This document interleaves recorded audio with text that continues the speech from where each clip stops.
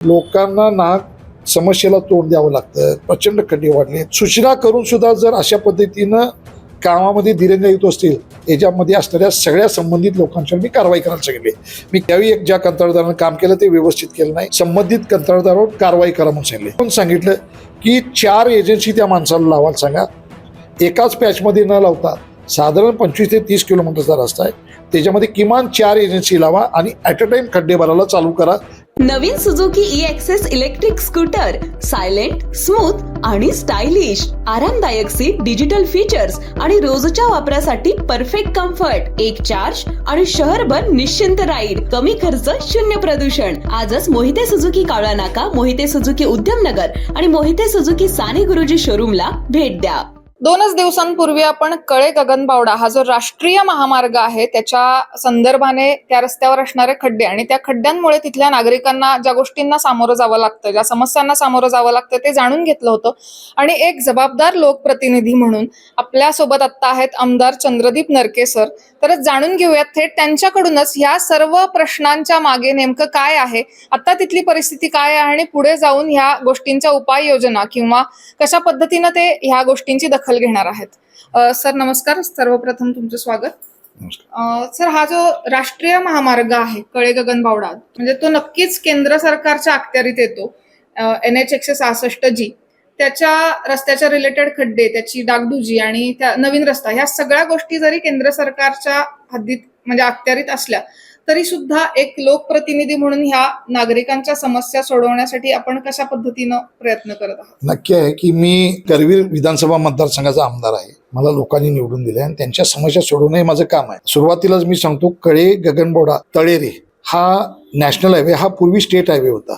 मी 14 ते 19 मध्ये आमदार असताना चंद्रकांत दादा सार्वजनिक मंत्री होते. त्यावेळी त्यांच्याकडं त्याच्या अगोदर म्हणजे 9 ते मागच्या 10 वर्षाच्या काळामध्ये हा नॅशनल हायवे व्हावा म्हणून मी पत्र दिलं होतं. चंद्रकांत दादांनी नितीन गडकरींनी सांगून हा नॅशनल हायवे केला. नॅशनल हायवे करायचा उद्देशच एवढ्यासाठी होता की नॅशनल हायवेला याच्यावरती असणारी ट्रॅफिक इंटेन्सिटी जी आहे ती फार आहे, त्यामुळे ती स्टेट हायवे पण तो नॅशनल हायवेमध्ये आपण वर्ग केला. त्याच्यासाठी त्याच्यामधून देशात केंद्र सरकारकडून पैसे येतात, हा माझा उद्देश होता. आणि चांगले रस्ते रुंद व्हावेत, 3 पदरी किंवा 4 पदरी, हाच उद्देश होता. आता हा नॅशनल हायवे 166 क्रमांक आहे. या रस्त्याचं काम वर्क ऑर्डर निघालेलं आहे. हा पूर्ण रस्ता नवीन होतोय. कोल्हापूरपासून कळे आणि कळ्यापासून गगनबावडा हा पूर्ण 10 मीटरचा कॉन्क्रीटचा रस्ता होते. कोल्हापूर ते कळे रस्त्याचं काम झालंय, 80% पूर्ण आहे. बालिंग्याजवळचं काम आता चालू आहे. आता हा 10 मीटरनं रस्ता कॉन्क्रीटचा झाला आहे. त्याच पद्धतीनं कळ्यापासून गगनबावड्यापर्यंत म्हणजे गगनबावड्याच्या खालच्या गावापर्यंत, सांगशीपर्यंत, कारण खालचा तळेरेपासून गगनबावड्यापर्यंत रस्ता झालेला आहे. आता ह्याची वर्क ऑर्डर झालेली आहे, फक्त वर्क ऑर्डर हातात घ्यायची आहे. टेंडर झालेलं आहे. सोलापूरच्या एका कंपनीला ते टेंडर मिळालेलं आहे 47% बिलो जाऊ. ते 350-350 कोटीचं काम 187 कोटीला गेलंय. पावसाळा झाल्यानंतर या रस्त्याचं काम चालू होणार आहे. पूर्ण कॉन्क्रीटचा रस्ता आहे. हा पूर्ण रस्ता कुंभी नदीला, लखमापासून जे कुंभी नदी उगम होते त्याला पॅरलल रस्ता आहे. आणि या रस्त्याची प्लॅस्टिसिटी इंडेक्स जास्त आहे. हे रस्त्या नदीला पॅरलल असल्यामुळं चिखल फार आहे, त्याला बेस चांगला नाही आहे. किती दरवर्षी डागडुजी केली, त्याच्यावरती रस्त्याला पैसे खर्च केले तर ते अतिवृष्टीमुळे रस्ते खराब होतात. त्यामुळंच ही मी मागणी करून हा रस्ता पूर्ण कॉन्क्रीटचा व्हावा, 10 मीटर व्हावा म्हणून मागणी केली. ती केंद्र सरकारनं मंजूर केली. त्याची एजन्सी राज्याच्या नॅशनल हायवे डिपार्टमेंटकडे आहे. त्याचे चीफ इंजिनियर शेलार म्हणून आहेत आणि एक्झिक्युटिव्ह इंजिनियर, आणि हे आपल्याकडे काम आहे. शेलारांच्याकडून पण मी कल्पना दिली.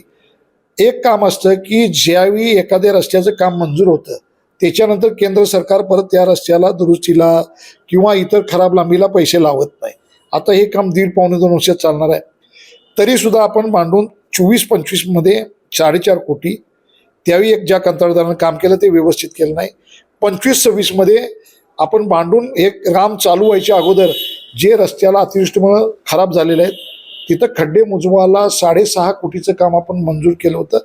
परंतु त्या कंत्राटदाराला सातत्यानं मी चीफ इंजिनियरच्याकडं सूचना केल्या होत्या की त्याला काम लवकर करायला सांगा आणि पावसाळ्याच्या आधी खड्डे भरून व्हावेत.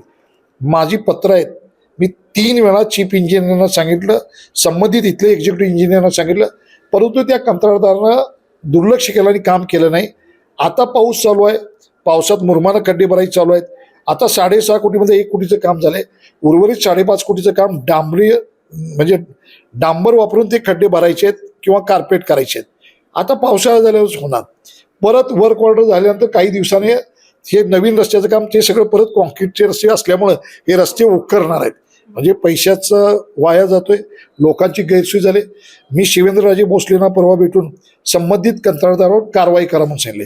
का तर ही एजन्सी महाराष्ट्राच्या नॅशनल हायवे डिपार्टमेंटकडे आहे. आपल्या महाराष्ट्र सरकारच्याकडे ही वर्किंग एजन्सी आहे. केंद्र सरकारकडे रस्ता आहे, केंद्र सरकार पैसे लावते, परंतु एक काम त्यांच्याकडून झालं नाही. लोकप्रतिनिधी म्हणून जे या ठिकाणी लोकांना नाहक समस्येला तोंड द्यावं लागतं, प्रचंड खड्डे वाढले. सूचना करून सुद्धा जर अशा पद्धतीनं कामामध्ये दिरंगाई येत असतील, याच्यामध्ये असणाऱ्या सगळ्या संबंधित लोकांच्यावर मी कारवाई करायला सांगितली. मी काल पण सांगितलं की 4 एजन्सी त्या माणसाला लावायला सांगा. एकाच पॅचमध्ये न लावता साधारण 25 ते 30 किलोमीटरचा रस्ता आहे, त्याच्यामध्ये किमान 4 एजन्सी लावा आणि ॲट अ टाईम खड्डे भरायला चालू करा. पहिल्यांदा मुरमाचे असतील आणि जरासा पाऊस कमी आला की त्याला पूर्ण डांबरीकरणानं खड्डे भरा. आणि ते काम चालू करण्यासाठी मी शिवेंद्रराजे साहेबांना मुद्दाम सांगितलेलं पण आहे. सर जे संबंधित ठेकेदार आहेत त्यांनी केलेल्या कामाची चौकशी आणि त्याच्यातून जो काही निकाल येईल त्याच्या रिलेटेड दखल घेऊन तुम्ही कारवाई करायला सांगितलेलंच आहे. तर ह्या गोष्टींसाठी पुढे अजून काय करणार? कारवाई होईपर्यंत तुम्ही काय मी करणार? त्यांना हे पण सांगितलं की कारवाई तुम्ही करा जरूर, परंतु आता असलेलं काम पूर्ण करून घ्या. त्याला जमत नसेल तर दुसऱ्याकडून अर्जंट करून घ्या. आता केंद्र सरकारचं आहे, त्यांच्याकडे रस्ता आहे, एजन्सी महाराष्ट्र सरकारकडे आहे. मी त्यांच्यावर कारवाई करा म्हणून सांगितलं. आणि आत्ताच मी मुख्यमंत्र्यांना पण निवेदन दिलेलं आहे की गणपतीला जाणाऱ्या कोकणातील लोकांना या मार्गे सगळे प्रवास करतात. गणपतीच्या अगोदर हा सगळा रस्ता सुस्थितीत आला पाहिजे, अन्यथा मला वेगळा मार्ग स्वीकारावा लागेल. म्हणून मी त्या संदर्भात बांधकाम मंत्र्यांना पण कल्पना दिले आणि मी मंगळवारी जाऊन मुख्यमंत्र्यांना या संदर्भात सविस्तर संक्षिप्त अहवाल त्यांच्यासमोर पोच करतो. अर्थात सर, लोकांचा तुमच्यावर विश्वास आहेच. फक्त लोकांचं अजून एक म्हणणं आहे की पुढे जाऊन जो कॉन्क्रिटीकरण होणार आहे त्याच्याकडे पण तुम्ही आवर्जून लक्ष घालावं. कारण शिरोळीला जो पाऊस पडतो तो साधारण 25-30 ml असतो आणि बावड्यात जो पडतो, गगन बावड्यात, तो 100 ml पेक्षा जास्त असतो. त्या संदर्भाने त्या पद्धतीने काम व्हावं असं लोकांचं तुमच्याकडून अपेक्षा आहे. पुढचं काम सुद्धा आपण बघितलं असेल. आता 47% लोईस जाऊन काम घेतलंय. मग शासन कोणत्या पद्धतीचं इस्टिमेट करतंय? केंद्र सरकारनं जर इस्टिमेटेड कॉस्ट 325 कोटीच्या आसपास आहे, ते 47% लोईस जाऊन काम घेतात, मग याच्यामध्ये कामाचा दर्जा राहणार का? या संदर्भात सुद्धा हे काम चालू होताना ज्याला काम मिळाले त्याला मी सांगितले, सक्त सूचना केलेत, हे काम चांगल्या पद्धतीनं करा, अन्यथा त्याच्यावरही कारवाई होईल. त्याचबरोबर या राज्य सरकारच्याकडे ही एजन्सी आहे, ही केंद्र सरकारकडे एजन्सी नाही. हे टेंडर जे होतात ते थ्रू आउट इंडियामध्ये सगळे कॉन्ट्रॅक्टर येऊन भरतात याच्यामध्ये, त्यामुळे अतिशय लोएस्टला जाते. परंतु या ठिकाणी मी हा रस्ता चालू झाल्यापासून शेवटच्या टप्प्यापर्यंत क्वालिटी कंट्रोल डिपार्टमेंटच्या मी सातत्यानं चालू झालेल्या रस्त्यावर व्हिजिट करायला लावणार आहे. दर टप्प्याला क्वालिटी कंट्रोलनं व्हिजिट करायची, रस्ता चांगला झालाय का बघायचं नाही, कारण वारंवार पैसे येत नाहीत. मी लोकप्रतिनिधी म्हणून हा स्टेट हायवेचा नॅशनल हायवे केला, त्याच्यावरती आम्ही पैसे लावतो, त्याच्यावरची लागली लक्ष देतो. रस्ता खराब झाला की तुम्हाला कल्पना आहे की सगळ्यात पहिल्यांदा कुणाला दोष येतो तो आमदारांना येतो. खासदार कोण बघत नाही, केंद्र सरकारकडे रस्ता आहे, तो सगळ्यात पहिला दोष येतो तो आमदारांच्याकडे. ठीक आहे, मी माझ्या मतदारसंघातला रस्ता आहे, एक केंद्र सरकारच्या अतिरिक्तेत असला तरी माझं कामच आहे. आणि शेवटी जिथं जिथं लोकांना समस्येला तोंड द्यावं लागतं तिथं तर मी सातत्यानं लक्ष देत होतो. रस्ते चांगलेच झाले पाहिजे, यांनी गुणवत्तादार झाले पाहिजे, यासाठी माझं त्याच्यावरती निश्चित लक्ष राहणार आहे. आणि गणपतीपूर्वी एक खड्डे मुजवून हा रस्ता चांगल्या पद्धतीनं दळणवळण राहिला पाहिजे. काम चालू होताना सुद्धा, नवीन काम चालू झाल्यानंतर सुद्धा लोकांना त्याचा त्रास होता कामा नये. म्हणजे काम चालू असताना अशा पद्धती आखल्या पाहिजेत की एक साईड ट्रॅफिक चालू राहिलं पाहिजे, एका साईडनं बंद असलं पाहिजे, ट्रॅफिक तटलंच पाहिजे. याचे जे रूल्स अँड रेग्युलेशन आहेत त्या कॉन्ट्रॅक्टरनं पाळले पाहिजेत. किंवा आपल्याला कल्पना आहे की रस्ते चालू झाले तर मी बघितलं की रत्नागिरी मुंबई गोवा हायवेची काय अवस्था झाली, तशी आमच्याकडे नको. त्यासाठी माझं सातत्याने त्याच्यावरती लक्ष राहणार.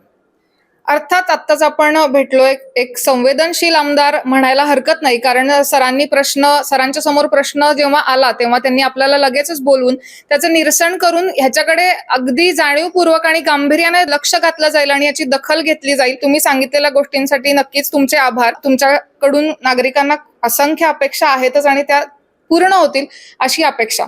धन्यवाद.